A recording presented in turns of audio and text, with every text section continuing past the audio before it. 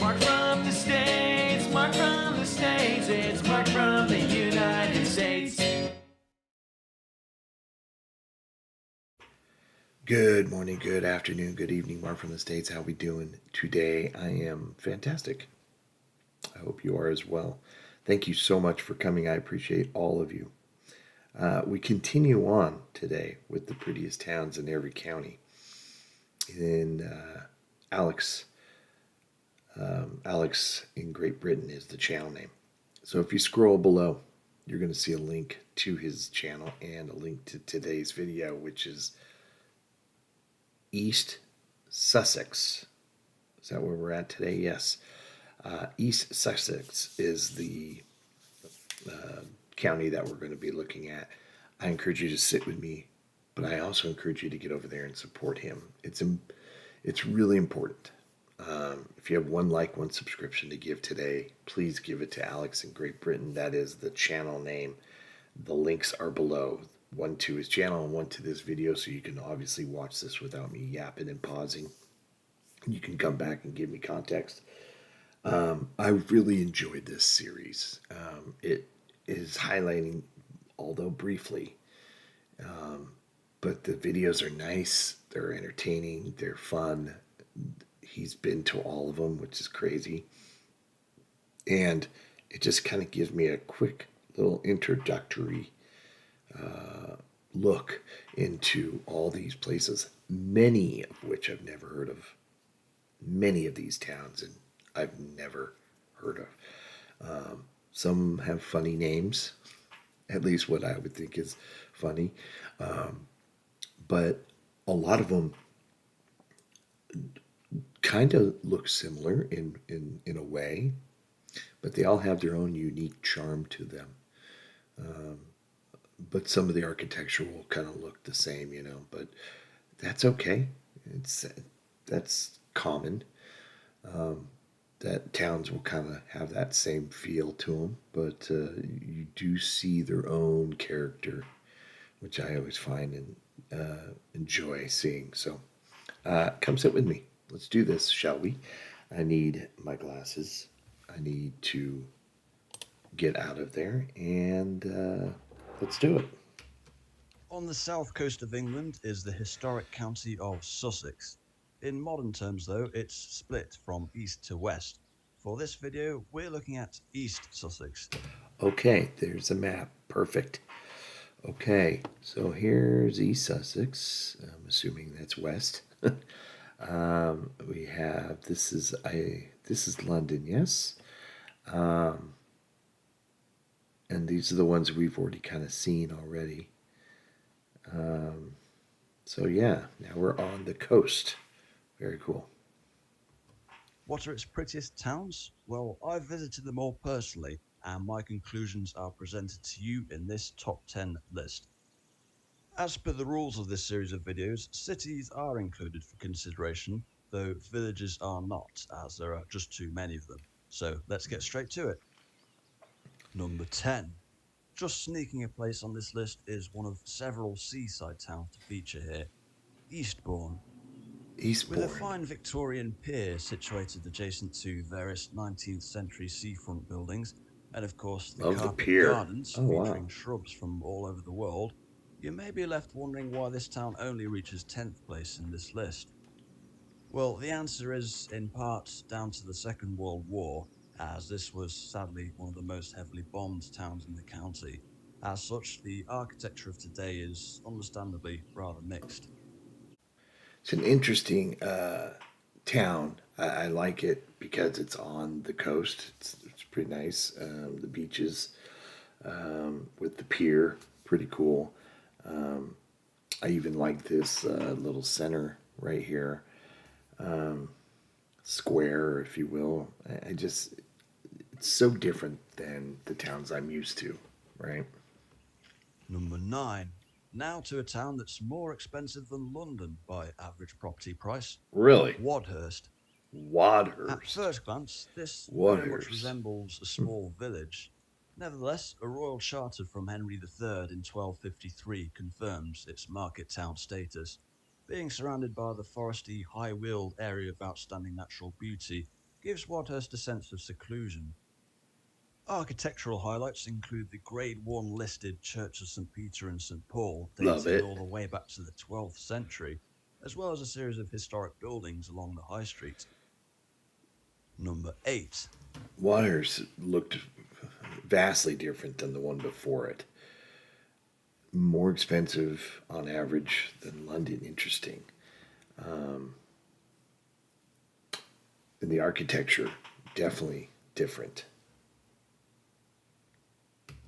Back to the seaside, and this time to the birthplace of British motor racing, Bexhill-on-Sea. Whilst Bexhill-on-Sea. there's no pier in Bexhill, there is the colonnade from 1911, and behind it, the Oh, Delaware wow. Pavilion, dating from 1935. In fact, the town owes much of its development to the Delaware earldom, dating from the 18th century, and namesake of the American state on the East Coast. As for Bexhill's motor racing Really? connection, that comes from 1902, the year in which it became incorporated as a borough after Edward VII granted it a royal charter. To celebrate this, the 8th Earl Delaware organised a motor racing event in May of the same year. It was held on private land so as to be exempt from the national speed limit of 12 miles per hour. All in all, this is a well-preserved seaside town and a somewhat quieter alternative to certain others in its vicinity. Just so different. I love it. I love 12 miles an hour. That's funny. Delaware. It's funny how more and more, you grow up here in the States not knowing that your state name, town name, whatever, is not the original time it's been used. It's more than likely over here already. I love it. I love that fact, though, too. Although I do know you do not have a Ventura. My town being San Buenaventura is the full name, and it's Spanish. So, interesting. Love it. Number 7. Our next entry is home to around just 600 people, making Oh, it one of the smallest towns in tiny. Britain. Winchelsea. Here's an Winchelsea. early example of a planned development. Founded in the 13th century after a storm swallowed up old Winchelsea, the town streets are laid out in a grid formation, like a medieval Milton Keynes, if you will. The architecture is testament Ooh, to its long history, with highlights including the Strand Gate from the 13th century, the dang. Pipewell Gate from the 15th century, which replaced its predecessor that was destroyed by the French, and at the centre of it all, the Wow, Church look of at St. that. Thomas the Martyr. Look at that clock. Boy, that sticks out, doesn't it? It's amazing, though. Look at that. Along with its mysterious missing nave. The church, by the way, is the resting place of Spike Milligan. Number I don't know who Spike Milligan is. You'll have to inform me here. But look at this number. What are we on? 6? 6. Now to a seaside town with a surprising amount of history and a natural landmark of particular note, Seaford. A walk Seaford. through the town centre here will soon reveal that this is not your run-of-the-mill Victorian beach resort. For starters, St Leonard's Church features a nave dating all the way back to the Norman era. Wow. But the true showstopper comes Whoa. courtesy of none other than Mother Nature herself, There it by way of is. Seaford Head Nature Reserve, because from here you'll be met with views of the chalk cliffs known as the Seven Sisters. And whilst the word breathtaking is severely overused these days, True. it could be justifiably selected as the adjective of choice here. Absolutely, for me, seeing it for the first time in person, if I were to see it, breathtaking would be something I'd use for sure. That is very cool. Nice. Number 5. Next is actually 2 towns that merged into one, which then became a city, Brighton and Hove. Brighton and This is a Hove. place Okay. that's I do know of Brighton and Hove. Now, granted, a lot of these that I will be going through as we go through this series of top tens, a lot of these towns or city names I'll recognize because of the Premier League. This being one of them. Come a long way since the early 18th century, Hence, when Daniel Defoe Brighton described and it as, Hove. quote, a poor fishing town, old built and on the very edge of the sea, end quote. But What was that? Helmston, as it was then known, Gotta go back. What is that tall the edge of the sea, thing end there? What is this? Interesting. quote. But Bright Helmston, as it was then known, developed into what will become today Britain's largest seaside resort. That's cool. Whilst the entertainment on offer here is numerous, this video is all about visuals, and it's no slouch in that department either. Highlights include the Palace Pier from the late 19th century. I'm sorry to keep going back. That is cool. Look at that. Wow, I'm impressed. Man. Include the Palace Pier from the late 19th century, the Royal Pavilion, courtesy of a certain young prince who would later become King George IV, and a slew of white stuccoed seafront buildings, including the Grand Hotel, where a certain bellboy plied his trade in the Who's Quadrophenia movie from 1979. All in all, this seaside city is quite the visual feast, Yes. rain or shine. Number 4. Wow. Now, there is one seaside town in East Sussex that upstages Brighton in the looks department, and that town is Hastings. I've heard of So, Hastings. whereas most towns by the sea barely have any real history beyond the Georgian era, the history of Hastings is, in many respects, the history of England itself. As one of the original medieval sink ports, it was given tax exemptions and other favours from the Plantagenet kings in return for the ships it produced to defend its very shores. Echoes of its past are abundant in Hastings' Old Town, with its numerous historic buildings. Victorian influence is also present in its architecture, and of course Hastings Pier, originally dating from 1872. Its main claim to fame, though, is almost certainly the Battle of Hastings that took place in 1066. But here's the twist. It didn't actually take place here. It took place, in actual fact, in the neighbouring town, and by coincidence, the neighbouring town in question happens to be our number 3 entry.